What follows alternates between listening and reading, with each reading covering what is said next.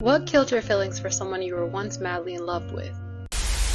So, I was in a 6 year relationship. We had lived together pretty much the whole time. And during that whole 6 years, I was constantly met with any time that I would come in to hang out with him or talk with him. If it wasn't already a predetermined, like, time that we were supposed to be hanging out, I was met with a lot of, yeah, what's up? What do you need? What do you want? So by the time this story happened, it was 6 years in, and I was already preconditioned to try to pay attention to the fact if he was doing something. So I wasn't interrupting him and I wasn't bugging him and I wasn't bothering him. So we both had separate game rooms, and I go into his gaming room and I'm like, "Oh, what are you up to?" And he's like, "Oh, I'm rendering this video and I'm just waiting for it to be done." And he starts like spinning and swiveling back and forth in his chair. And I'm like, okay, he's not doing anything. So I can like tell him about this funny thing that happened. So I start telling him that I was watching a show with one of my friends, just one of those like reality TV dating shows that just are so outrageous and funny. And I was telling him some funny thing that happened with it. And the whole time that I'm talking, I'm getting the, yeah, cool, awesome, yeah. I just kind of kept going because I didn't really think much of it. I was just wanting to talk to, my fiance. And after that, he had asked me about an hour later if I wanted to go walk to the gas station down the road to get some snacks. And I was like, oh, yeah, sure. Like, that'll be fun. Like, more time to hang out. So on our way, I'm basically the only one holding the conversation, asking like what he did today and how was his day, because I'd been working all day at home, so I didn't really see him that much. And really just only person really holding the conversation. And then he finally starts asking me like, "Oh, what did you do today after you got off work?" And I'm like, "Oh, like I told you." And he's like, "Well, what do you mean? Like, what show were you watching?" And I was like, I told you. I told you that me and my friend were watching this TV show, and like I told you like an hour ago." And he looks at me just dead in the eye nonchalantly and tells me, "Oh, I realized you were talking about something that I really don't care about, so I tuned you out." And I just instantly went from spending 6 years with somebody and not wanting to lose them to being afraid of being with this person for another 6 years and just being an inconvenience. Okay, so I was dating this guy back in varsity. Um, we actually dated for like 4 years, like 4.5 years, something like that. So basically, my whole varsity life. Um, he covered a lot of my firsts, like when it comes to relationships. And so the issue with him, or like one of the issues with him, is that he never like did like wanted to do anything for himself, like cooking, dishes, cleaning, and like stuff like that. And his excuse was that growing up, he's never had to do any of that. Like he like as he was a kid, he never had to do any chores, right? So he claimed that he didn't know how to cook or how to do laundry and clean and things like that.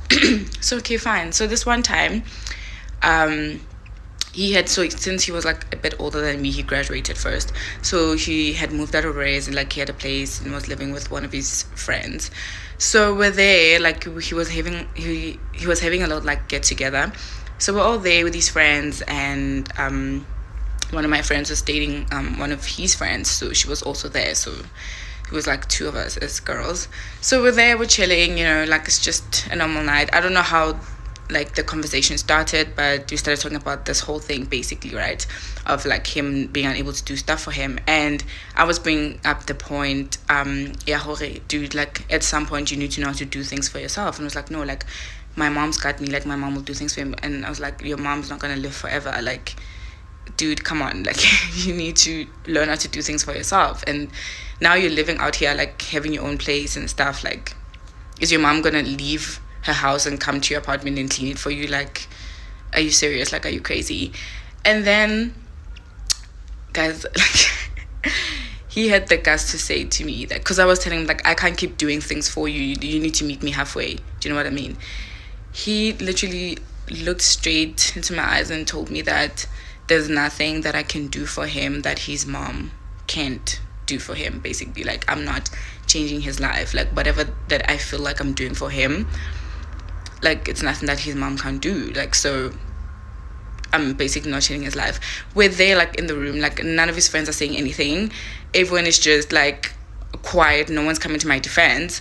My friend gets offended by this, right? And she's like, what do you mean? Like, what's that supposed to mean? It was like, yeah, it's not my fault that like, your parents taught you how to do things, like, growing up, and Mina, they didn't. My mom chose to do everything for me, so you guys know how to do, like, all these chores because, you know, your parents made you do them.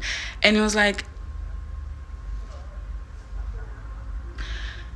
that's not where the story ends, but I'm out of time. So okay, so here's a quick part 2. Okay, not much happened after that, but obviously, like, naturally, I asked him, like, why don't you just go and date your mom then? Like, you know, if that's how you feel, why don't you just go and date your mom? And all of a sudden, now the friends can speak. Now the friends is just, you know, going on and on about how, like, how could you say that? That's so disrespectful. And I'm just like, excuse me, your friend was being disrespectful to me. Like, how could he say all those things? Like, after everything that we've been through in this relationship, like, I've been there for him. Like, oh my God, like, emotional support, like, all those things. Even financially, when he was going through a rough patch, like, I was there for him. Like, where was his mom? Excuse me? Like, no, guys. And this thing, we're supposed to be understanding, like, these men, like, our mama's boys. Hello? What about us here that are, like, daddy's girls, gay? Like, hello? Linda, my dad gave me princess treatment, like, when I was a kid, you know, like, did all these things for me, like, major things. And I'm not, like, expecting my boyfriend to fill into those shoes now. Like, I can't lift things. Like, oh my God, like, my dad lifted everything for me. Like, no, we don't do that. So why must we be understanding of getting mama's boy and stuff like that? And if you want me to be this housewife, you know, thing, then you need to provide for me.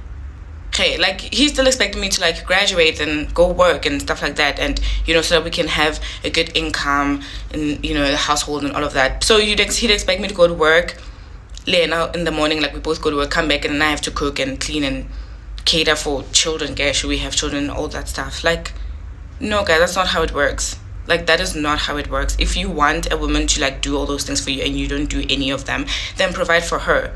Make sure that she doesn't have to wake up in the morning and go to work. Make sure that house chores and all of that is, like, basically her work. That's what she does. Like, no, guys.